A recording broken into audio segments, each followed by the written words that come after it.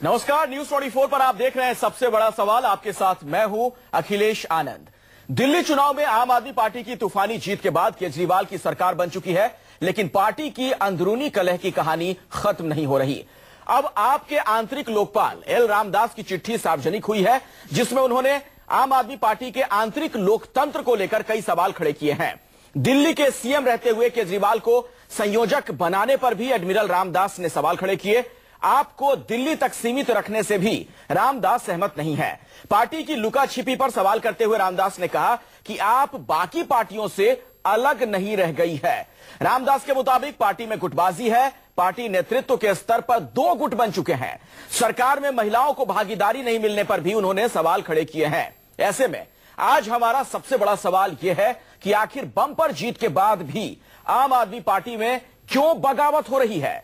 क्या आप केजरीवाल के करीबियों की पार्टी बन गई है? और बुनियादी सवाल तो यह है कि क्या आम आदमी पार्टी भी दूसरी पार्टियों जैसी अब हो गई? तमाम सवालों पर चर्चा करेंगे, लेकिन सबसे पहले आपको एक रिपोर्ट दिखाते हैं।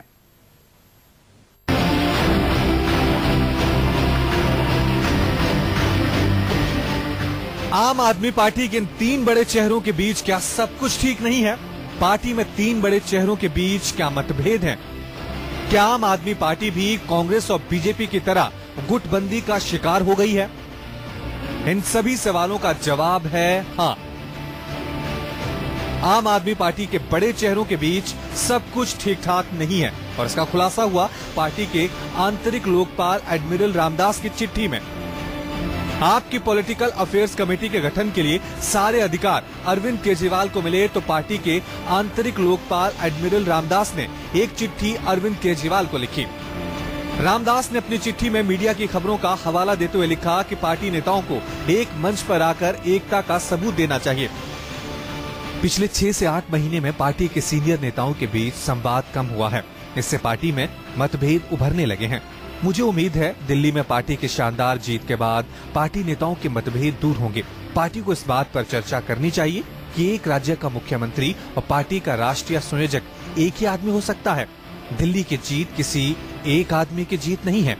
दिल्ली की जीत पार्टी के सभी नेताओं और सभी कार्यकर्ताओं की मेहनत का नतीजा है। पार्टी को आंतरिक लोकतंत्र पर चर्चा करनी चाहिए। पार्टी के सभी नेताओं को एक साथ आगे आकर मतभेद खबरों का खंडन करना चाहिए। शीत युद्ध वहाँ होगा जहाँ हथियार होंगे और जहाँ महारथी होंगे। यहाँ तो बिना हथियार के ये सारे लोग हैं, कोई युद्ध नहीं है। घबराहट है कि इतनी बड़ी आशा और इतना बड़ा काम, इसको संभालेंगे कैसे? 2 हाथ इसके लिए छोटे पड़ रहे हैं। और ज्यादातर लोगों का यही भाव था कि हमको समझना है पहले की जिम्मेदारियां क्या है। दरअसल दिल्ली विधानसभा चुनाव में जीत के बाद से ही पार्टी नेताओं में मतभेद सामने आने लगे थे। केजरीवाल दिल्ली पर फोकस करना चाहते थे, तो योगेंद्र यादव दिल्ली से बाहर पार्टी का विस्तार चाहते थे। इतना ही नहीं, केजरीवाल समर्थकों ने योगेंद्र यादव पर चुनाव के दौरान मीडिया में केजरीवाल के खिलाफ खबरें प्लांट करने और प्रचार में सहयोग नहीं करने का आरोप लगाया।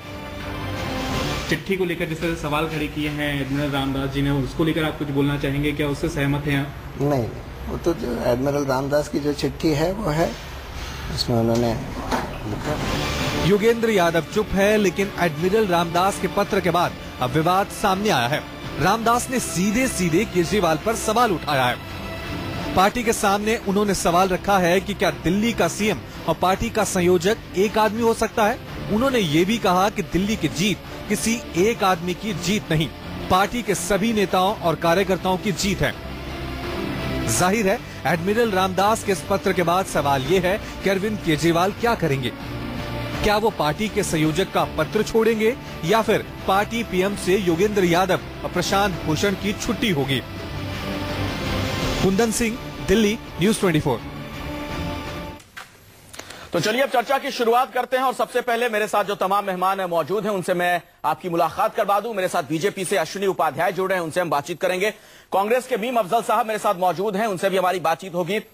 आम आदमी पार्टी का इंतजार आज सबसे ज्यादा है, क्योंकि आम आदमी पार्टी से ही कई सवाल आज होने थे। लेकिन अपने दर्शकों को बता दें कि इस बहस में आम आदमी पार्टी का कोई भी नुमाइंदा शिरकत नहीं कर रहा है और इसीलिए आप देखेंगे कुर्सी हमने खाली भी रखी है। अगर बहस देखने के दौरान, इस डिबेट के दौरान भी आम आदमी पार्टी के किसी नेता को, प्रवक्ता को यह लगे कि इस बहस में वो हिस्सा लें और उनका पक्ष भी जनता के सामने आए, तो जरूर आए इस बहस में वो हिस्सा लें, बहस से भागे नहीं। मेरे साथ अभय कुमार दुबे साहब जुड़ चुके हैं। आप सीनियर जर्नलिस्ट हैं, राजनीतिक विश्लेषक हैं, आपसे भी बातचीत करूंगा। और राजीव रंजन मेरे वरिष्ठ सहयोगी स्टूडियो में मौजूद हैं। राजीव, इस चर्चा की शुरुआत आज आपसे ही करना चाहूंगा। ऐसा क्या है इस चिट्ठी में जिसे बगावत के तौर पर देखा जाए? देखिए, इसमें सबसे पहली बात तो ये है कि 26 तारीख को ये चिट्ठी लिखी गई जब एनएससी इनकी पॉलिटिकल अफेयर्स कमेटी की ये बैठक थी और रामदास नहीं आ पाए। रामदास लोकपाल है, वो इस बात से, ये सारी 4 पेज की चिट्ठी से ये बात पता चलती है कि आम आदमी पार्टी के भीतर भी हाड़ मास से बने लोग ही हैं और वो उसी तरह की नेतागिरी करना चाहते हैं या उनके अंदर भी महत्वाकांक्षाएं उतनी ही हैं जितनी दूसरी पार्टियों में। रामदास लोकपाल इसलिए बनाए गए थे कि पार्टी के भीतर कोई परेशानी आएगी, किसी को कोई शिकायत होगी तो वो लोकपाल के पास जाएगा। जबकि वो इस चिट्ठी में कहते हैं कि बार बार उन्होंने पार्टी में असंतोष को दबाने का काम किया है, सबको मनाने का काम किया है। रामदास का ये काम नहीं था, क्योंकि जब दिसंबर में कुछ लोगों ने, खास करके प्रशांत भूषण ने अरविंद केजरीवाल पर सवाल उठाए थे, तो बात ये हुई थी कि अरविंद केजरीवाल प्रशांत भूषण को मना लिया जाए, क्योंकि इसका, और इस चिट्ठी में बाकायदा रामदास लिखते हैं, एडमिरल रामदास, कि अगर उस वक्त ये बात मीडिया में सामने गई होती तो ये जो जीत हमको मिली है शायद ये नहीं मिलती या इसका क्या असर होता ये देखा जा सकता है। तो इसका मतलब ये है कि आम आदमी पार्टी में एक असंतोष है और एक कोठरी अरविंद केजरीवाल की बन गई है जो पार्टी पर पूरा नियंत्रण चाहती है और एक खेमा अपने आप को इससे अलग महसूस कर रहा है। जी राजीव, मैं आपके पास दोबारा लौटूंगा और तमाम जो राजनीतिक दलों के नुमाइंदे उनसे भी हम बातचीत करेंगे। लेकिन अभय जी, सबसे पहले मेरा आपसे एक सवाल यह है, क्या इस बहस में आम आदमी पार्टी को हिस्सा नहीं लेना चाहिए था? वो पार्टी जिसका जन्म ही सवालों से हुआ, सड़क पर लंबा संघर्ष हुआ, तमाम सवाल पूछते रहे हुए सभी लोगों से, आज अगर उनकी पार्टी को लेकर कुछ सवाल खड़े हो रहे हैं, अल्टीमेटली तमाम जो राजनीतिक पार्टियां हैं उनकी जवाबदेही और जिम्मेदारी जनता के प्रति है, तो क्या एक पब्लिक फोरम पर आकर इस बहस में उन्हें हिस्सा नहीं लेना चाहिए था? आखिर क्यों ये जरूरत पड़ रही है कि हम खाली कुर्सी दिखा रहे हैं? नहीं, मैं आपकी इस बात से बिल्कुल सहमत हूं। आम आदमी पार्टी को चाहिए था कि वो अपना पक्ष यहां रखता, लेकिन ये मेरी राय है, ये आपकी राय है। उनकी पार्टी के अंदर जो स्थिति है, जो बहस चल रही है, हो सकता है उन्होंने उसके मद्देनजर ये सोचा हो कि जब तक हम उस बहस को किसी एक खास मुकाम तक न ले जाएं, तब तक हम सार्वजनिक रूप से अपना वक्तव्य आधिकारिक रूप से क्या बात कहेंगे, ये प्रश्न उनके सामने होगा। लेकिन इसके बावजूद मैं मानता हूं कि अगर उनके यही बात, जो बात मैं कह रहा हूं, उनका प्रवक्ता भी ये बात कह सकता था, मतलब जो है मैं मानता हूं कि उनको आना चाहिए था और बात रखते तो उसमें बहुत ज्यादा बात साफ होती है और उससे फिर अफवाहें नहीं फैलती हैं और दूसरे तरह तरह के लोग अंदाजे नहीं लगाते हैं, उससे दरअसल पार्टी को फायदा ही होता है। चलिए, मैं इस पर आगे बात करता हूं, लेकिन अश्विनी उपाध्याय चूंकि मेरे साथ फोन लाइन पर जुड़ गए हैं, उनसे पहले जरा बात कर लेते हैं। अश्विनी जी, आप किस तरीके से इस डेवलपमेंट को देख रहे हैं? वैसे आप भी बागी रुख अख्तियार करके निकले थे आम आदमी पार्टी से। देखिए अखिलेश जी, अब मैं तो आम आदमी पार्टी में हूं नहीं, इसलिए मैं इसके लिए कायदे से शायद मुझे इस पे ज्यादा कमेंट नहीं करना चाहिए। लेकिन एक बात बड़ी कॉमन है जो रामदास जी ने अब कही है, वो बात पिछले 1 साल से कही जा रही है। एक जिद्दीपन, एक तानाशाही, एक दूसरे की न सुनना, दूसरों से सलाह न करना, ये विषय सबसे पहले मैंने पिछले साल मार्च में उठाया था। उसके बाद मुझे लगता है एक सीरीज बन गई, कैप्टन गोपीनाथ, मधु भादुड़ी, साजिद इल्मी, पूरी एक लाइन लगी रही। और आप देखें, अगर आप स्टेटमेंट देखेंगे तो एक तरीके से कार्बन कॉपी है। जो हमने कहा था उसके बाद करीब 20-30 लोगों ने और छोड़ा, एक ही बात। नहीं, लेकिन अश्विनी जी, जरा मुझे एक बात बताइए, आप तो खुद आम आदमी पार्टी में रह चुके हैं, कम से कम वहां आंतरिक लोकतंत्र तो है। इस तरह की बहस हो रही है, चर्चा हो रही है, आपके यहां इस तरह की कोई बात होती है क्या? पिछली बार हमने क्या देखा, दिल्ली में चुनाव के पहले आखिरी वक्त में किरण बेदी को लेकर आपकी पार्टी आई, शीर्षस्थ नेतृत्व आया, आप लोगों पर थोप दिया गया और आप लोगों ने उस बात को आखिरकार माना ही पड़ा आप लोगों को। देखिए, जो गलती हुई उसका नतीजा भी जनता के सामने आया। कुछ न कुछ कमियां रही इस पार्टी में, भारतीय जनता पार्टी में, जिसकी वजह से दिल्ली की जनता ने हमें एक तरीके से नकार दिया, हम ये कह सकते हैं, हमें पसंद नहीं किया। हमारा वोट बैंक वही रहा, लेकिन फिर भी हमारी सरकार नहीं बनी जो पहले मेरा सवाल वो नहीं है अश्विनी जी, सवाल मेरा ये है कि आम आदमी पार्टी का ये कहना है कि जिसे आप बगावत की तरह देख रहे हैं, दरअसल वो आंतरिक लोकतंत्र है उनके यहाँ। देखिए, उसको आप शब्दों से कुछ भी कहिए, आप शब्दों से कुछ भी कहिए। शांति भूषण भी कोई आम आदमी पार्टी के फाउंडर मेंबर नहीं है। शांति भूषण जी इसके पितृ पुरुष है। सर जी, आप ये समझो, जब हमारे पास 1 रुपया नहीं था तब शांति भूषण जी ने 1 करोड़ रुपए दिया था। आप जरा इसकी गंभीरता को समझिए आप। ठीक है, शांति भूषण जी ने भी एक बयान आज दिया है, अपने दर्शकों को सुनवाएंगे, लेकिन उसके पहले मीम अफजल साहब, आप किस तरीके से देखते हैं आम आदमी पार्टी में जो डेवलपमेंट है, बगावत है या फिर आंतरिक लोकतंत्र है? देखिए, अगर कुछ लोगों ने इसमें आवाज उठाई है तो उसके बाद रिजल्ट जब सामने आएगा तब ये पता लगेगा कि ये आंतरिक डेमोक्रेसी है या बगावत है, इसको बगावत समझा जा रहा है। उनका जब एक्शन होगा तभी आप कुछ कह सकते हैं। अभी जो बाहर के लोग हैं वो समझ रहे हैं शायद बगावत हो रही है। आम आदमी पार्टी के लोग यकीनन ये बात कहेंगे कि हमारे यहाँ डेमोक्रेसी इनर डेमोक्रेसी है, उसके नतीजे में हमारे यहाँ कम से कम ये बात कही तो जा रही है। लेकिन जब फाइनल शक्ल सामने आएगी और ये पता लगेगा कि वन मैन वन पेस्ट होगी या नहीं होगी, तब आप ये कह पाएंगे कि ये बगावत समझी गई है। नहीं, तो आप क्या समझ रहे हैं सर? उनका दबदबा है यहाँ पर। मीम अफजल साहब, आप क्या समझ रहे हैं इसे? मेरा ये मानना है कि मैं ये समझता हूँ कि बहुत ही नेचुरल आउटकम है जिस तरह से पार्टी उभर करके सामने आई है और इसके बहुत सारे कंट्राडिक्शन सामने आए हैं। उस नजरिए से मैं समझता हूँ कोई खास बात नहीं है, इसकी उम्मीद थी। और खास तौर पर जो आपने दो मुद्दे बताए हैं, पता नहीं आपने बताया या बहरहाल दो मुद्दे जो कहे जा रहे हैं, एक तो बुनियादी तौर पर है कि वन मैन वन पोस्ट का मामला है और दूसरा है कि स्टेट से बाहर जाके, दिल्ली से बाहर जाकर चुनाव लड़ना है नहीं लड़ना है जी। तो योगेंद्र यादव जी ने तो बहुत पहले ही बात कही थी कि हम बाहर जाएंगे, उनकी नजर पंजाब के ऊपर है। लेकिन शायद केजरीवाल साहब इससे एग्री नहीं करते। उन्होंने ये कहा था कि नहीं, अभी हम दिल्ली पे कंसंट्रेट करेंगे। तो इस पे बहस तो कम से कम हो रही है सर, एक स्वस्थ परंपरा है पार्टी के अंदर। आपके यहाँ तो ये बहस भी नहीं होती है, मैं उस पर आऊंगा, लेकिन दर्शकों को अच्छी बातें हैं। आता हूँ सर, शांति भूषण जी ने क्या कहा, जरा सुनते हैं, पहले उनकी प्रतिक्रिया जान लेते हैं। आज जो पार्टी में जो झगड़े चल रहे हैं वो नीतियों को लेकर है। अरविंद और उनकी कोटरी ये चाहते हैं सारे अधिकार एक व्यक्ति में, अरविंद को उसका मुखिया मान के और सब उसको अधिकार दे दिए जाएं, जैसे चाहे वो पार्टी को चलाए। मेरा ये मानना है कि हमें एक व्यक्ति विशेष की परवाह करे बगैर पार्टी को हमें आगे बढ़ाना है और उसके 350-400 जो संस्थापक सदस्य हैं उन सबको ये तय करना होगा कि हमें पार्टी के उसूल और उसकी नीतियां ज्यादा महत्वपूर्ण है, एक व्यक्ति के से ज्यादा महत्वपूर्ण है। क्या इस तरह का कोई संकट है जी आप देख रहे हैं इस वक्त आम आदमी पार्टी में कि वहां पर पार्टी की नीतियां और जो कार्यक्रम है वो गौण होते जा रहे हैं और एक व्यक्ति महत्वपूर्ण हो गया है? क्योंकि अगर शांति भूषण ये बातें कह रहे हैं तो बहुत ही अहम है। देखिए, शांति भूषण जी काफी दिनों से इस तरह की बातें कह रहे हैं, अभी नहीं, मेरे ख्याल से पहले भी उन्होंने कही। और चुनाव के दौरान जब आम आदमी पार्टी जबरदस्त एक तरह से अपने अस्तित्व के संघर्ष में उलझी हुई थी, उस वक्त भी उन्होंने इस तरह की बातें कही थी शांति भूषण ने। मैं एक दूसरी बात कहना चाहता हूं, जो लोग आम आदमी पार्टी की अंदरूनी हालत पर निगाह रखते हैं उन्हें एडमिरल रामदास की चिट्ठी पढ़ने की जरूरत नहीं है।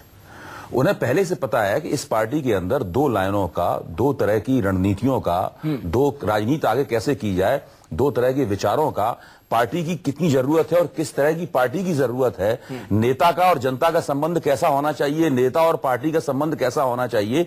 इन सवालों के ऊपर एक तरह से दो लाइनों का संघर्ष 2013 से ही चल रहा है। आप कल्पना कीजिए, अगर आम आदमी पार्टी की इतनी जबरदस्त जीत ना हुई होती, अगर आम आदमी पार्टी थोड़ी कम जीती होती या मान लीजिए विपक्ष में बैठ गई होती या सत्ता में आते आते रह गई होती, तो ये जो संघर्ष है, इस संघर्ष का एक दूसरा रूप निकल के हम लोगों के सामने आता जी। अच्छा, मैं ये कहता हूं कि इसको एक आम आदमी पार्टी को भी पार्टी कहना भी उचित नहीं है। आपके यहां एक लाइन जाती है, क्या आम आदमी पार्टी दूसरी पार्टियों जैसी हो गई है? जब ये पार्टी पूरी तरीके से बन जाएगी तब हमें ये सवाल उठाना चाहिए। अभी तो ये पार्टी इन मेकिंग है, पार्टी बनने की प्रक्रिया में है। सरकार में आ चुके हैं, उसके बावजूद आप यही तो इसकी एक विशेष बात है कि बिना भाजपा, कांग्रेस या कम्युनिस्ट पार्टियों या दूसरी पार्टियों जैसी पार्टी बने बिना ये पार्टी लगातार एक चुनाव में बढ़तरी हासिल कर चुकी है और दूसरा चुनाव वो टप्पे के साथ जीत चुकी है। यही इसकी एक विशेषता है, इसलिए इसको एक नए तरीके से, नई निगाह से हम लोगों को देखना चाहिए। राजीव, आप किस तरीके से देख रहे हैं? कहीं सत्ता की जो बीमारी होती है, तमाम राजनीतिक दलों में जो बीमारियां होती हैं, उसी बीमारी से अब ये पार्टी भी तो ग्रसित नहीं हो रही है। क्यों हम माने कि आम आदमी पार्टी अलग है इस डेवलपमेंट के बाद? नहीं, देखिए अलग की बात यह है कि अब देश की सियासत दूसरे तरह की हो रही है। देश की सियासत अब व्यक्तित्व आधारित राजनीति पर बहुत ज्यादा हो रही है। पहले ये बातें क्षेत्रीय छत्रपों के बारे में कही जाती थी, लेकिन अगर आप देखें हरियाणा का चुनाव भारतीय जनता पार्टी ने नहीं जीता, खट्टर साहब को चेहरा बना के नहीं जीता, मोदी जी की बातों की वजह से हरियाणा का चुनाव बीजेपी जीता। और ये आम आदमी पार्टी के चाहे 500 संस्थापक सदस्य हो चाहे 400 हो, ये चुनाव जो 67 सीटें मिली हैं वो अरविंद केजरीवाल के चेहरे की क्रेडिबिलिटी की वजह से मिली है। वही पार्टी का चाणक्य है, वही चंद्रगुप्त है, उसी ने सारी योजनाएं बनाई, उसी ने सारी रैलियां की, वही एक चेहरा था। और दिल्ली के लोगों ने, अगर आप चुनाव के दिन निकलते तो दिल्ली के लोग अरविंद केजरीवाल या झाड़ू जानते थे, ये नहीं जानते थे कि पीएससी के मेंबर कौन है। ये बात ठीक है कि चूंकि इस पार्टी में एक ही क्षमता के, एक ही ऊर्जा के बहुत सारे लोग हैं, तो उनमें एक बार जाकर के ये संघर्ष हो सकता है कि हमको वो जगह नहीं मिल रही या बाद में आए लोगों को ज्यादा तरजीह मिल रही है। ये बात बिल्कुल सही है कि बाद में आम आदमी पार्टी जब दिल्ली में सरकार बना के हट गई, उसके बाद जो लोग पार्टी में आए उनको तवज्जो दी, और जो लोग अरविंद केजरीवाल की हाँ मिलाते हैं उन्हीं को तवज्जो लगातार मिलती जा रही है और वही आम आदमी पार्टी का चेहरा बनते जा रहे हैं। अश्विनी उपाध्याय जी, आप बीजेपी के अब नेता हैं, जरा मुझे यह बताइए कि जिस तरीके से आप लोगों की नजर आम आदमी पार्टी में जो घटनाक्रम जारी है उस पर है, लेकिन आपके यहां भी तो कमोबेश वही स्थिति है। बीजेपी का मतलब आज अगर मैं बात करूं तो नरेंद्र मोदी साहब हैं। देखिए, हमारी नजर आम आदमी पार्टी में क्या हो रहा है उस पर नहीं, हमारी नजर केवल दिल्ली में क्या होगा, दिल्ली की जनता को क्या उससे होगा उस पर है। दिल्ली आम आदमी पार्टी में हम कहते हैं कुछ भी होता रहे, हमें कुछ लेना देना नहीं, भारतीय जनता पार्टी को उससे कुछ भी लेना देना नहीं है। दिल्ली की जनता ने जो इतना बड़ा मैंडेट दिया है कि वाईफाई फ्री होगा, दिल्ली के सारे वकीलों को फ्लैट मिलेंगे, दिल्ली के सारे जो चपरासी हैं झाड़ू लगाने वाले वो परमानेंट होंगे, दिल्ली में 20,000 लीटर पानी मिलेगा, दिल्ली में 50% बिजली होगी, हमारी नजर उस पर है। बस हम चाहते हैं दिल्ली का विकास करे। आम आदमी पार्टी ने इतना बड़ा मैंडेट दिया हुआ है जनता ने आम आदमी पार्टी को, ठीक है, तो जो वादे हैं कि दिल्ली के सारे सफाई कर्मचारी टीचर परमानेंट हो जाए। ठीक है, मेरा जो दूसरा सवाल था उसको भूल गए आप अश्विनी। जहां तक आम आदमी पार्टी में है, हाँ, मैं अखिलेश जी बिल्कुल ठीक कह रहे हैं। देखिए, मैं आम आदमी पार्टी का संस्थापक सदस्य हूं, था, आज नहीं हूं, आज मैं भाजपा का प्रवक्ता बन चुका हूं, तो इंटरनल क्या चल रहा है उसमें बहुत कुछ नहीं बोलूंगा, लेकिन बस इतना कहूंगा कि जो कुछ अंदर चल रहा है, जो पिछले 1 साल 1.5 साल से चल रहा था वो सामने आ गया। अब जो चीज मैं कह रहा था वही वहां के लोकपाल भी कह रहे हैं। नहीं, देखिए, मैंने सवाल आपसे ये पूछा था अश्विनी उपाध्याय जी, मैंने सवाल ये पूछा था कि अगर आम आदमी पार्टी पर यह आरोप लग रहा है कि वहां पर अरविंद केजरीवाल के आसपास सारी चीजें घूमती हैं, वही धुरी हैं, सब कुछ वही हो चुके हैं पार्टी में, तो आपके यहां भी तो नरेंद्र मोदी ही सब कुछ है। अब बीजेपी का मतलब नरेंद्र मोदी। देखिए, नरेंद्र मोदी जी देश के प्रधानमंत्री हैं, वो भारतीय जनता पार्टी के प्रधानमंत्री नहीं है। अखिलेश जी, आप क्या बात कर रहे हैं, वो देश के प्रधानमंत्री हैं, वो कश्मीर के भी प्रधानमंत्री हैं, कन्याकुमारी के भी प्रधानमंत्री हैं। भारतीय जनता पार्टी में जो कुछ होता है वो बाकायदा बैठ के होता है, चर्चा करके होता है, अध्यक्ष बैठता है, पूरा एक मंडल बैठता है, एक पूरी टीम बैठती है, हर एक काम को डिसीजन लेने के लिए, बल्कि अलग अलग छोटी छोटी टीम बनी हुई है। राजीव, मुझे एक बात बताइए, मैं मीम अफसर जी के पास आऊंगा उसके पहले। हाँ भाई जी, आप कुछ कहना चाह रहे हैं, बोलिए पहले। आप पार्टियों के अंदर आंतरिक लोकतंत्र का सवाल उठा रहे हैं। हम लोगों को ये भी देखना चाहिए कि भारतीय जनता पार्टी के संविधान में लिखा हुआ है कि हर 3 महीने बाद राष्ट्रीय कार्यकारिणी की एक बैठक होगी। जब से अमित शाह भारतीय जनता पार्टी के अध्यक्ष बने हैं, आज तक राष्ट्रीय कार्यकारिणी की कोई बैठक नहीं हुई है। अखबारों में कई पत्रकारों ने इस तरह के कई विश्लेषण लिखे हैं कि वो अपने 25 अफसरों के आसपास घिरे हुए बैठे रहते हैं, उनसे कोई मिल भी नहीं सकता। और जिस तरीके से बिल्कुल केंद्रीकृत कर निरंकुश तरीके से भारतीय जनता पार्टी चल रही है, ये भारतीय जनता पार्टी वैसी नहीं रह गई है जैसे कि नरेंद्र मोदी से पहले के दिनों में होती थी। हम भाजपा की कितनी भी आलोचना करें, लेकिन निश्चित रूप से कांग्रेस के मुकाबले इस पार्टी के अंदर आवाजों की बहुलता थी। जो नेतृत्व का प्रश्न था उसके ऊपर होड़ थी पार्टी के अंदर। आज भारतीय जनता पार्टी की ये दोनों जो खूबियां हैं वो पूरी तरीके से समाप्त हो चुकी हैं। अच्छा, मैं मीम अफजल साहब की इस बात से पूरी तरह इत्तेफाक रखता हूं कि आम आदमी पार्टी में इस वक्त जो बहस चल रही है, इस बहस का हश्र क्या होगा, इस बहस से उनके नेता या उनकी पॉलिटिकल अफेयर कमेटी कैसे निपटेगी, उसके आधार पर हम ये तय कर सकते हैं कि इसमें ये विभाजन की प्रक्रिया चल रही है, ये बगावत हो रही है, या वास्तव में ये आंतरिक लोकतंत्र को समृद्ध करने वाली एक बहस है। लेकिन मीम अफजल जी, क्या आपकी पार्टी के अंदर भी कुछ ऐसी ही बहस नहीं होनी चाहिए थी? वहां तो ऐसा लग रहा है कि संवाद विहीनता की स्थिति है, कुछ पता ही नहीं चल रहा है कि आखिर हो क्या रहा है। आपके नेता को लेकर लोग सवाल खड़े करने शुरू कर देते हैं कि आखिर वो है कहां। देखिए, इसके बारे में पार्टी अपने ऑफिशियली आपको बता चुकी है, उसका बार बार जिक्र मुझे कुछ अच्छा नहीं लगता। मैं समझ रहा हूं कि शायद आज हम यहाँ आप पार्टी के बारे में बात करने आए हैं। अगर आपको कांग्रेस में सवाल करना है तो उस पर एक बहस रख लीजिए, उस पर आ जाऊंगा मैं। जहां तक आप आदमी पार्टी का है, मेरा अपना जो कैलकुलेशन या कहना चाहिए जो मेरा नजरिया इसके अंदर है जी, मेरा ये मानना है कि आप पार्टी को आवाम ने अपने सर पर बिठाया है। और एक बात समझ लीजिए, तारीख का पहिया बड़ा तेजी से घूमता है और तारीख जब बदलती है तो बड़े बड़े लोग उसमें रह जाते हैं।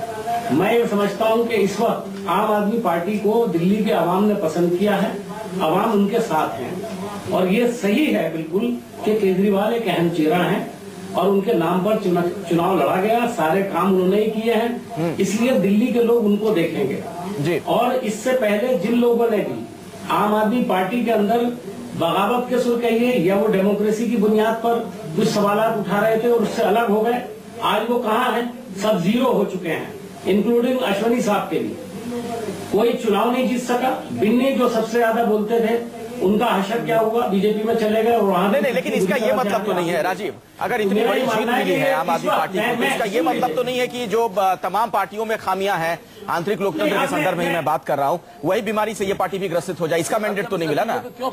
देखिए अखिलेश, पहली बात तो मैं ये कहूंगा कि ये देखिए 4 पेज का ये लेटर है रामदास का।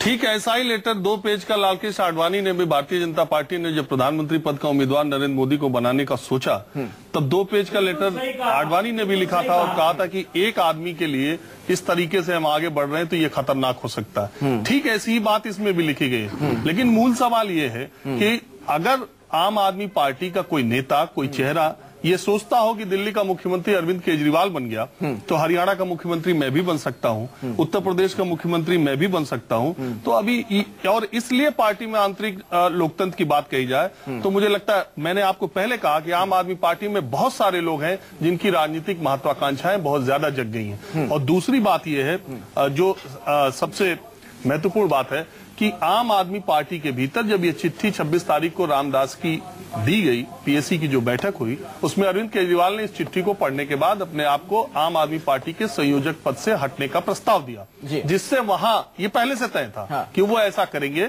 और उनके करीबी लोग इसका विरोध करके वहां ये कहेंगे कि संयोजक को बनाने की और पीएससी के पुनर्गठन की पूरी जिम्मेदारी केजरीवाल को। जो आप बात कह रहे हैं उससे जुड़ा मेरा एक सवाल होगा ब्रेक के बाद। अभय जी कुछ कहना चाहते, छोटे में आप कह लीजिए। देखिए अखिलेश जी जो कह रहे थे, इसमें मैं ये जोड़ना चाहूंगा कि दिल्ली के अंदर जो चुनाव लड़ा गया है, दिल्ली का मतदाता मंडल अलग तरह का है, वो अलग तरीके से सोचता है। ये मानना कि दिल्ली की सफलता दूसरे राज्यों में भी रेप्लिकेट हो सकती है, उसकी प्रतिकृति हो सकती है, अगर आम आदमी पार्टी के भीतर है बाहर कोई भी व्यक्ति ऐसा सोचता है तो ये बहुत ही बड़ी राजनीतिक नादानी है। अच्छा, अब उसको नादानी के तौर पे, हाँ मैं कहता हूँ बहुत ये राजनीतिक नादानी वो लोग लोकसभा चुनाव में पूरे देश में 400 सीटों में चुनाव लड़के वो कर चुके हैं जी। और उसकी अरविंद केजरीवाल ने आत्मालोचना की है, न केवल सार्वजनिक रूप से अपने मुख्यमंत्री शपथ लेने के बाद उन्होंने उसकी तफसील से इस पे आगे बात करेंगे, ब्रेक के लिए रुकना पड़ेगा। एक बड़ा सवाल ये भी है जो एडमिरल रामदास की चिट्ठी से सामने आ गया है कि क्या उस शख्स को ही मुख्यमंत्री पद पर भी बने रहना चाहिए जो पार्टी का कन्वीनर भी है, अरविंद केजरीवाल साहब क्या दोनों पद पर हैं? एक ब्रेक के बाद देखते रहिए न्यूज़ 24।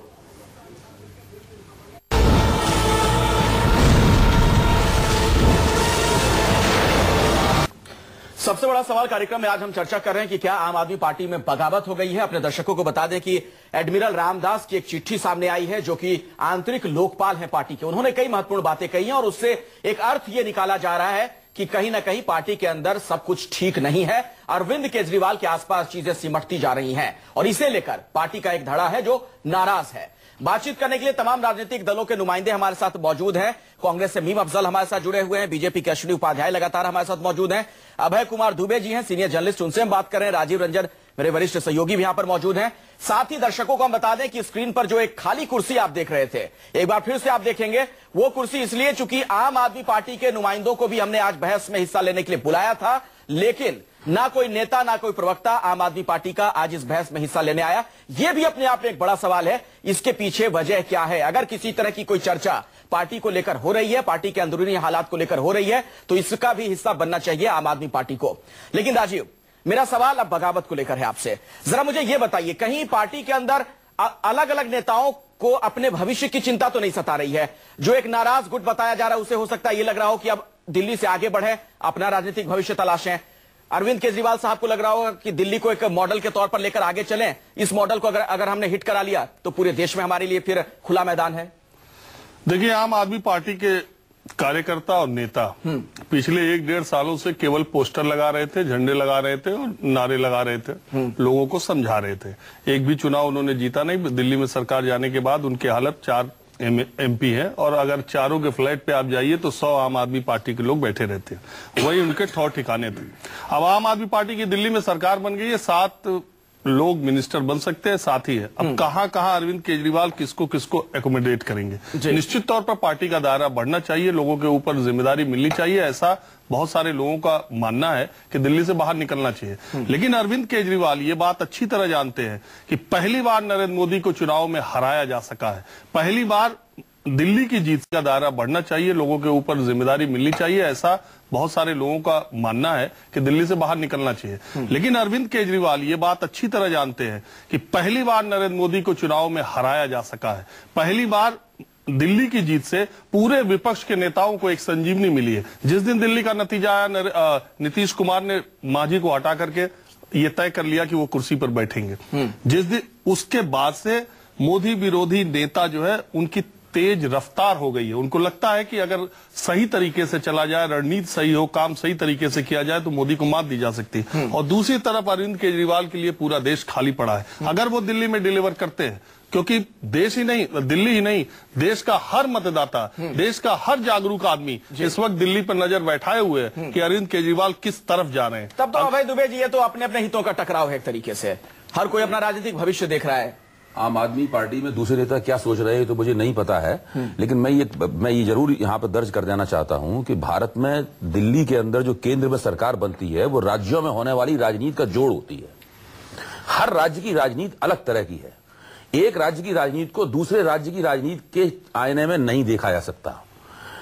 अगर आम आदमी पार्टी को सारे देश में फैलना है तो हर राज्य में अलग अलग कई केजरीवाल चाहिए होंगे जो उस राज्य की राजनीति की जरूरतों को पूरा करें, वहां की जो राजनीतिक शक्तियां हैं वो राजनीतिक शक्तियों को संबोधित करें और उनके सामाजिक रूप से उन्हें अपने पक्ष में। मेरा सवाल सर ये है, ये नहीं होगा क्योंकि आपने और ये मैं कहा ये कि नहीं कई मानता केजरीवाल चाहिए होंगे। सवाल मेरा ये है, कई केजरीवाल चाहिए होंगे या फिर इस तरीके का जन आंदोलन हर राज्य में चाहिए होगा जहां से केजरीवाल सामने आए? वो दोनों बातें एक दूसरे से जुड़ी हुई हैं। हाँ। दोनों बातें एक दूसरे से अनिवार्य रूप से जुड़ी हुई हैं। जैसा जन आंदोलन दिल्ली में चला वैसा जन आंदोलन हर राज्य में नहीं चल सकता है। वहां की राज्य की परिस्थितियों के मुताबिक राजनीति होती है। दिल्ली में जो हुआ उससे उत्साह मिल सकता है, जैसे कि राजीव ने अभी कहा, मैं मानता हूं, उत्साह मिल सकता है, जोश मिल सकता है, लोगों को नई संभावनाएं दिख सकती हैं। लेकिन यह मानना कि दिल्ली में जो नेता आम आदमी पार्टी के सक्रिय थे वो हरियाणा में जाएंगे, पंजाब में जाएंगे, महाराष्ट्र में जाएंगे और जगह जगह जाएंगे और वहां पर इस तरह की राजनीति खड़ी कर देंगे, ये बिल्कुल गलतफहमी है। ये बिल्कुल नादानी है। अगर कोई ऐसा करेगा उसे मुंह के बल गिरना पड़ेगा। अच्छा अभय जी, मुझे एक चीज बताइएगा, राजीव उसके बाद अपनी बात आप रखिएगा। क्या आपको लगता है कि अरविंद केजरीवाल साहब को दिल्ली के मुख्यमंत्री पद पर भी बने रहना चाहिए और पार्टी का संयोजक भी रहना चाहिए? देखिए, उनके यहां पहले से शायद मेरा जहां तक अंदाज है, ध्यान पड़ता है, नियम यह है कि एक व्यक्ति को एक पद पर रहना चाहिए। अच्छा, अब लेकिन वो राष्ट्रीय संयोजक भी हैं और अब दिल्ली के मुख्यमंत्री भी बन गए हैं, तो निश्चित रूप से पार्टी के अंदर ये मांग उठेगी कि भाई अब ऐसा इसको ठीक से समझा जाए। लेकिन पार्टी के अंदर एक बड़ा हिस्सा ऐसा भी है जो ये मानता है कि अरविंद केजरीवाल ही इस पार्टी को राष्ट्रीय स्तर पर उसकी सही सही नुमाइंदगी कर सकते हैं, वही ठीक से चला सकते हैं। तो ये पार्टी के अंदर एक बहस चल रही है। ठीक है, लेकिन इसको बहस के रूप में हमें देखना चाहिए और ध्यान रखना चाहिए, नजर रखनी चाहिए इस बहस को वो किस तरीके से हल करते हैं। नहीं, इसका एक अर्थ यह भी निकाला जा सकता है राजीव, की हो सकता है अरविंद केजरीवाल साहब पार्टी पे पकड़ बनाकर रखना चाहते हैं, संयोजक का जो महत्वपूर्ण पद है उस पर बने रहना चाहते हैं। मेरा ये कहना है कि अगर चीफ मिनिस्टर के तौर पर वो चीफ मिनिस्टर विदाउट पोर्टफोलियो रह सकते हैं और मंत्रियों को काम बांट सकते हैं और कहते हैं कि मैं मंत्रियों का काम देखूंगा, तो वो पार्टी में भी संयोजक किसी को बना सकते हैं, मार्गदर्शक बन सकते हैं, या वो अरविंद केजरीवाल ही आम आदमी पार्टी, अरविंद केजरीवाल ही आम आदमी पार्टी, इसमें कहीं कोई संशय नहीं है। और दूसरी बात यह है, जैसा अभय जी ने कहा कि केजरीवाल चाहिए होंगे हर राज्यों में, मेरा भी ये मानना है केजरीवाल चाहिए होंगे, लेकिन वो आम आदमी पार्टी का हो ये जरूरी नहीं है। लेकिन दिक्कत यही हो जाती है ना कि केजरीवाल अगर चाहिए होंगे तो ये केजरीवाल पहले से है, क्या वो दूसरा केजरीवाल बनने देंगे? यही आरोप नरेंद्र मोदी साहब पर लगा रहा है। चाहिए होंगे तो रूपक के तौर पर कह रहे हैं, आम आदमी पार्टी का। केजरीवाल तो जनता बनाती है ना जी। अरविंद केजरीवाल ने दिल्ली की जनता को नहीं बनाया है। हाँ। दिल्ली की जनता ने अरविंद केजरीवाल को बनाया है। इसी तरह अन्य राज्यों की राजनीति, अन्य राज्यों में भी अगर कांग्रेस और भारतीय जनता पार्टी के अलावा वहां स्थापित क्षेत्रीय शक्तियों के अलावा कोई नेतृत्व अगर उभर सकता है तो वहां की जनता की मर्जी पर निर्भर होगा और किसी नेता की पहलकदमी पर निर्भर होगा। चलिए, मैं बीजेपी का रुख करना चाहूंगा। अश्विनी उपाध्याय हमारे साथ बने हुए हैं, भारतीय जनता पार्टी के नेता हैं। अश्विनी उपाध्याय जी, अगर आम आदमी पार्टी में बगावत हो भी गई तो क्या दिक्कत है इसमें? ठीक है, बागी हर जगह होते हैं, राजनीतिक दल में बागी नहीं होंगे तो कहां होंगे? आप भी तो आम आदमी पार्टी में थे, बागी हो गए थे फिर। नहीं अखिलेश जी, उसको बागी उस शब्द न दे, विचारों का टकराव होता है और मुझे लगता है आज भी वहां पे देखिए 2-3 बातें आपको ये समझनी पड़ेंगी। आज की जो स्थिति है वो एकाएक नहीं उभरी है, वो पिछले चुनाव के दौरान से शुरू हुई, लोकसभा से पहले से शुरू हो चुकी है। संजय सिंह जी की एक अलग महत्वाकांक्षा है, उनको यूपी अपना अलग दिखता है, योगेंद्र यादव जी को हरियाणा दिखता है, तो ऐसे ऐसे कई लोग हैं जिनको अपना एक एक राज्य दिखता है। मयंक गांधी को महाराष्ट्र दिखता मतलब है। आप ये कहना चाह रहे हैं सबको कहीं तमाम बड़े नेताओं ने अपना राज्य बांट लिया है? अश्विनी जी, आप ये कहना चाह रहे हैं? हाँ, मैं अभय दुबे जी की इस बात से सहमत हूं कि वहां पे अभी राजीव रंजन इसके पहले कह रहे थे कि वहां पे एक बराबर के 4-5 नेता हैं जिनको लगता है कि अगर अरविंद केजरीवाल जी दिल्ली का सीएम बन सकता है तो मैं, मयंक गांधी को लगता है मैं महाराष्ट्र बन सकता हूं, योगेंद्र यादव जी को लगता है ये तो कल का छोरा, मैं तो पुराना पॉलिटिशियन हूं तो मैं हरियाणा का क्यों नहीं बन सकता। ऐसे ऐसे एक चल रहा है। कुमार विश्वास जी आजकल यूपी की तरफ रुख कर चुके हैं। संजय सिंह और कुमार विश्वास के बीच में आपस में अंतर्द्वंद चल रहा है कि यूपी का अगला मुख्यमंत्री संजय सिंह बनेंगे या कुमार विश्वास बनेंगे। अच्छा। ऐसी एक लड़ाई शुरू हो गई है। हाँ। अच्छा है, लोकतंत्र के लिए अच्छा है। हाँ। ये लोकतंत्र के लिए अच्छा है कि सब लोग प्रयास करें, सब लोग सामूहिक रूप से प्रयास करें। जी, अच्छा तो है ही, बिल्कुल। लेकिन सबसे अच्छी बात मैं आपको बताऊं जी, छोटे में बोलिएगा फिर भारतीय जनता पार्टी, अखिलेश जी इससे मतलब नहीं है।